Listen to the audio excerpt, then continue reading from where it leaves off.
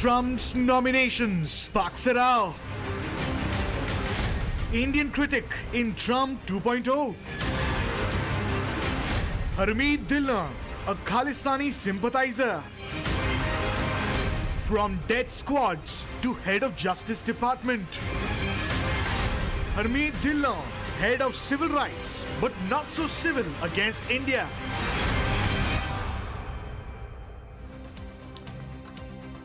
US President-elect Donald Trump has nominated Indian origin Harmeet Dhillon as the Assistant Attorney General for Civil Rights in the Department of Justice. Now, in nominating her, Trump lauded Harmeet for standing up consistently to protect civil liberties, including taking on big tech for censoring free speech, representing Christians who were prevented from praying together during COVID, and suing corporations who use woke policies to discriminate against their workers. But her nomination has left many in India concerned and critical of Donald Trump because Harmeet is a Chandigarh-born lawyer who stands against India. She's backed the farmers' protests in 2020, blamed and spoke against India for allegedly plotting assassinations of the Sikh community members in North America. She's also accused India of sending death squads to target North American Sikhs, outspoken on civil and human rights conditions in Punjab, both to Canada and US. Harmeet has also long supported the Khalistani allegation of India carrying out transnational repression. She's taken a public stand against the Modi government multiple times in the past. Here's an example. On an article on Prime Minister Narendra Modi and his connect with the Indian diaspora that helps him, Harmeet tweeted, "Modi's secret weapon is assassinating India's critics in the diaspora." That's her quote. Harmeet Dhillon will report to Attorney General Pam Bondi and work closely with FBI Director Kash Patel, assuming that all of these three nominations are confirmed by the Senate.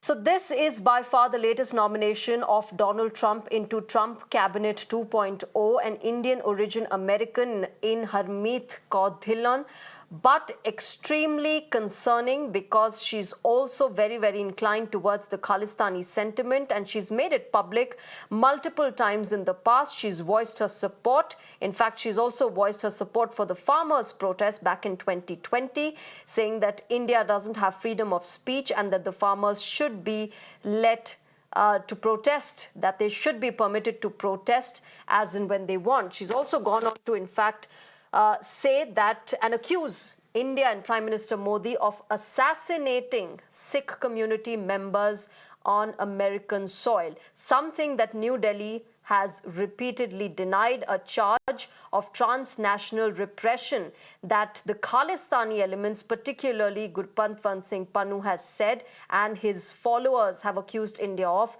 That sentiment has been supported by Harmeet Dhillon, a charge that India has rejected several times in the past.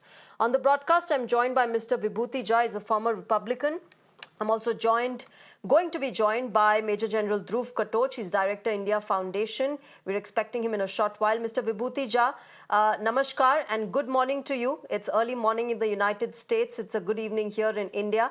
But extremely concerning, Mr. Jha, can I get an understanding from you? You know, in India here, there are a lot of people who are concerned that this is a person who is inclined towards Khalistani allegations, Khalistani sentiment, Khalistani sympathizer that she is, and she's made it very public. She hasn't hidden the fact. She's voiced her sentiment against India several times in the past as well. Namaste, Shreya ji. It is not quite early morning here. It's 9 a.m. So I would say that we are up and about, finished with a cup of tea and toast. Having done that. Yes, I'm very happy to hear your sentiment about Harmeet Dhillon because, you know, the sentiment that you expressed of concern and, you know, precipitation of India, Indians in India, is the same in the United States as well. Every Indian knows the leanings, the attitudes, and where she belongs with reference to the Khalistani participation in American politics or American society. She is a champion lawyer for them, including the law firm that she works with or the people who are involved with. So it's no longer a secret, as you very rightly pointed out. She's not hiding it. So the question is that I feel that insofar as we are concerned, I'm proudly saying as Indian American, Hindu American, and a deep lover of America and India. Yes, it is a matter of concern, but the two countries are bigger than one Harmeet Dhillon. Let me put it that way. My individual thought. We are too big and too powerful to be rattled by one Okay. Harmeet Dhillon. That's one point which I wanted to add here. And that is, yes, Harmeet Dhillon is being used by Trump just as Eric Garcetti was used by Biden to keep a needle in dealing with India. So the question is that everybody uses their political tools to use in relation to negotiations and things like that. So Harmeet Dhillon is that creature. And here is the important part. You are showing the Pannu part, and she is Assistant Attorney General in relation to civil rights. Yes. Right? Civil rights. So there are two layers of people who are above her. So she will not have that kind of a liberty to, attack India vehemently. What has happened here also is the important part that we have to remember. Okay. There are many anti-terrorist people who are in this Trump administration who take strong positions against terrorism, be it Islamic or any other kind. So that's a good thing for India. Harmeet Dhillon will definitely take more pangas, if I may use that word, with people like me. Because just because I asked her a question once, she blocked me. I asked her a question about Khalistan movement, and she blocked me instantly, without batting an eyelid. So the question here is that when a person is so vicious, which is the problem, Mr. Jha? You say that there are two layers, and yes, she's got Kash Patel, ahead of her in terms of hierarchy, but that's the concern in terms of the small decisions that are taken at that level, at the Assistant Attorney General level. Let me also welcome General Katoch into this conversation, Mr. Jha. General Katoch, good evening, namaskar. This is a big concern, General Katoch, the fact that here's a person who has inclination and sympathies for Khalistani terrorists. She's speaking about them, she's speaking for them, and she's speaking against the Modi government particularly. She hasn't hidden that sentiment of hers as well. And the concern is that this position will give her a direct authority over the kind of grievances that the Khalistani elements keep on talking about on American soil. Thank you, Shreya. Yes, I totally agree with you that it is certainly a cause of concern for India. But as Mr. Vibhuti Jha said, we can handle that. It's, I think, both within India and the very strong Indo-American community in the United States, we can handle it. But let's take, let's understand one thing. American policy will always be dovetailed towards American interests, regardless of whether it's a Republican or a Democrat administration there. Now, having said that, I personally am delighted that we've got a Republican and Mr. Trump as the president designate, because that is going to be much more beneficial to India than what a Biden administration would have been or a Kamala Harris administration would have been, especially in terms of how they would be dealing with people who are opposed to it, who are antagonistic to India, like Pakistan or China, and now I'll be bold to say even Bangladesh. But let's also understand one thing: when we are looking at the U.S. policy, it will be devoted to American interests. And as Vibhuti Jha has very correctly pointed out, because had he not said so, I would have stated so, they will always use these instruments to keep India under check. When they talk of human rights, when they talk of a whole range of issues, they keep these things in there. So there'll be certain Islamic groups, there'll be these Khalistani groups, and the US likes to keep them there. They may not play them, but they like to keep them so that it is always a sort of a warning finger to India that, listen, we can unleash this on you. So to that extent, but I think we can handle it now. It's the India of 2024 is not the India of 2014, and is not the India of 1947. We've grown a great deal. We've got a very strong polity, and I think politically, administratively, and militarily, we are far better prepared today to deal with these issues. Should Mr. Trump have appointed her? Well, he's appointed others also. Many of them are very pro-India. But I think, I mean, that is part of the game. You know, when you get a deck of cards, there will be a few, let me say, a few twos and threes along with the aces and kings. So it is not really a bad hand. It's a reasonably good hand. And, well, Ms. Dhillon will do what she has to do. The Indian state will do what it has to do. And we will keep things under control. Shreya. Okay. Mr. Vibhuti Jha, can I also understand from you the fact that she keeps on referring to this kind of sentiment and keeps on talking about the Khalistani accusations and the sentiment, where is it stemming from and how much of resonance does it have with the Sikh community in the United States? Very, very good question. And I definitely want to thank General Katoch for agreeing with me. It is always a pleasure to have known him for a while. And thank you very much, sir. But the key question, as General Saab was saying, is that democracies like India and Pakistan and India and America will have to come to terms with the way freedoms and rights are being used by fissiparous tendencies and secessionist tendencies or extreme elements in both these systems, the Western democracies and democracies like India, wherever we are. These people are using freedom and rights in a rather devious ways. These two countries will have to come to terms with that very seriously and very urgently, because we cannot allow our countries, our polity, our ground to be used as a happy hunting ground for all things which are anti-us. So this is what is important. If Harmeet Dhillon is definitely a Khalistani supporter. She has said it. I'm not saying it at all. I don't have to say anything. But United States will have to also decide that this particular government, led by Mr. Trump, is totally anti-terrorism in any form. Mr. Trump is himself very famous for saying so in as many terms. So, what is happening here is that she will be in control as she will not have a free hand in doing. But what is tragic is in politics, as they say, the perception. Suddenly, this man, Pannun, who has threatened the lives of Indian diplomats, Indian professionals in America, elsewhere, who has threatened the Indian government with secession, murder, and whatever else, it, whose human rights are more important, mine or his? People like us or people like him? And there is a very important part here, which the media and the system has to address. That Khalistanis, in my opinion, I have always said they are not Sikhs. They don't represent Sikhism. They are representing an element that wants something for all that is their point of view. So freedom, rights, this has to be re-evaluated.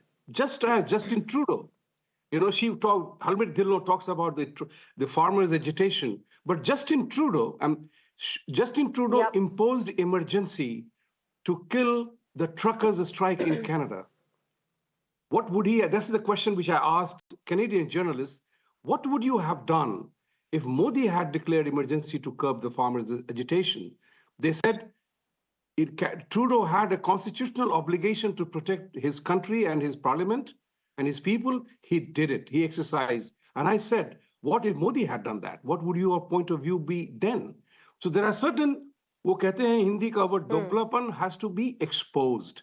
The duplicitous behavior of the political leaders has to be exposed. Yeah, they can't hide anymore. A long time ago, I had said... And the irony of this entire thing, Mr. Jha, is the fact that she's going to be leading civil rights and civil liberty, yet she wants to ignore the civil rights and just the right to live of those who had been killed in the Kanishka bombing, something that, the entire world saw. You don't want to talk about it, and you want to talk about the terrorists and the Khalistani elements. But Major General Katoch, to you, In terms of the kind of challenges, security challenges that India faces, there is Khalistan, of course, and Justin Trudeau, as well as the previous American administration, have left no stone unturned to make this a challenge for India. There is, of course, the Bangladesh situation also now creating a concern here in India.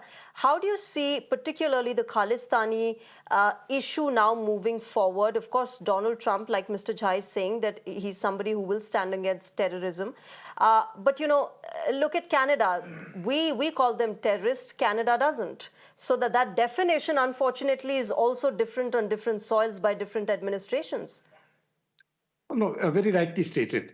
You see, as far as the Khalistani movement per se is concerned, it has got much more traction in Canada and then in parts of the UK and some parts of Germany and the US. It has got no traction in India at all. So I think these people are also looking at their own constituency, to become relevant in amongst the Sikhs in Canada and amongst the Sikhs in the United States. That we have, the phenomenon of Ms. Dhillon doing what she does.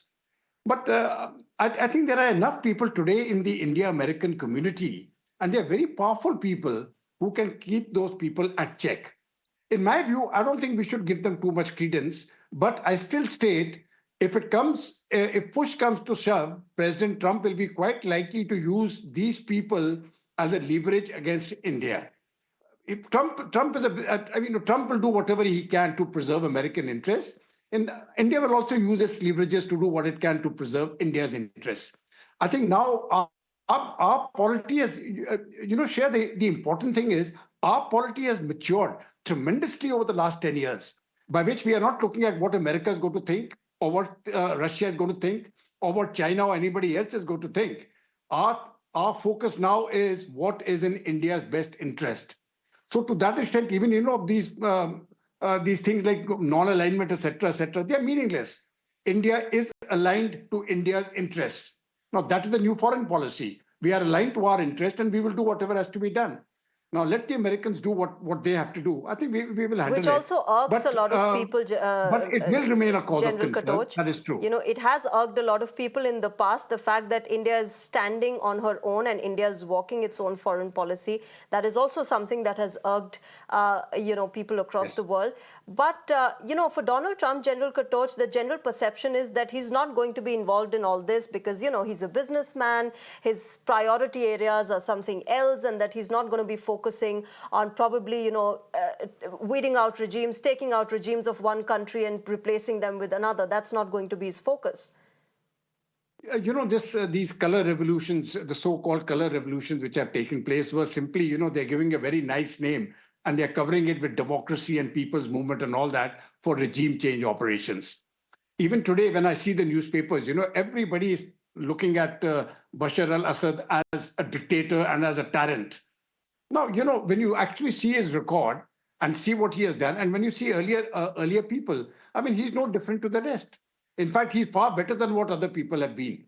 But when you remove a person because he's not suiting your foreign policy interests, as has happened in many Arab countries over the last 2 decades or so, within the last 2 decades, you couch it in very nice terms so that the narrative looks good.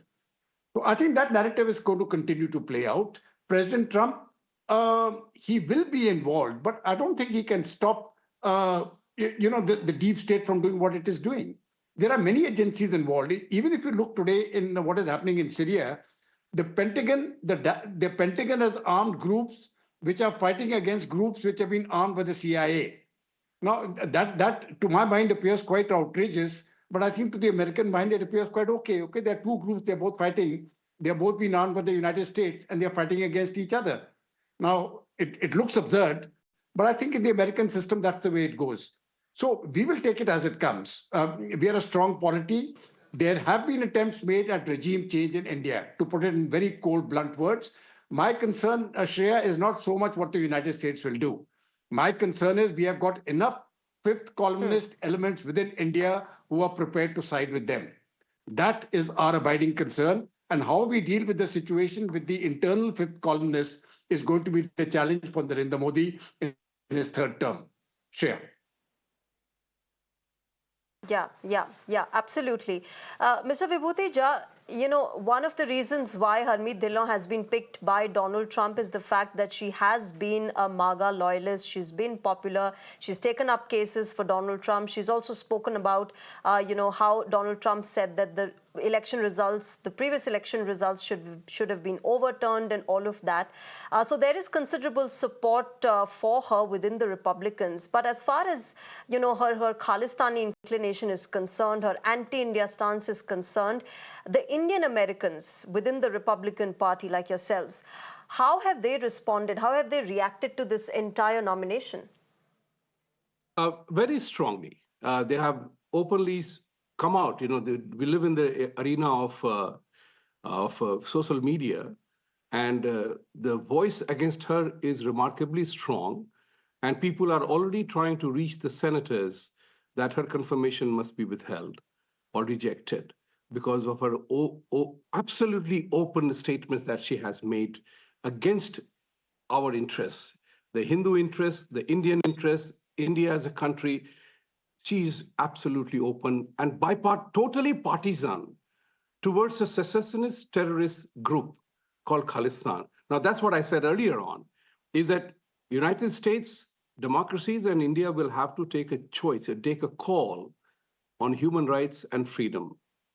How far and when you draw the line. So there is a red line or a Lakshman Rekha, as you say, you have to draw between you about your conduct, about what others do. And I always believe in it. Others will do what they have to do. India has to do what India must do. This is what is very important phrase in my life, that my enemy will try to do whatever to destroy me.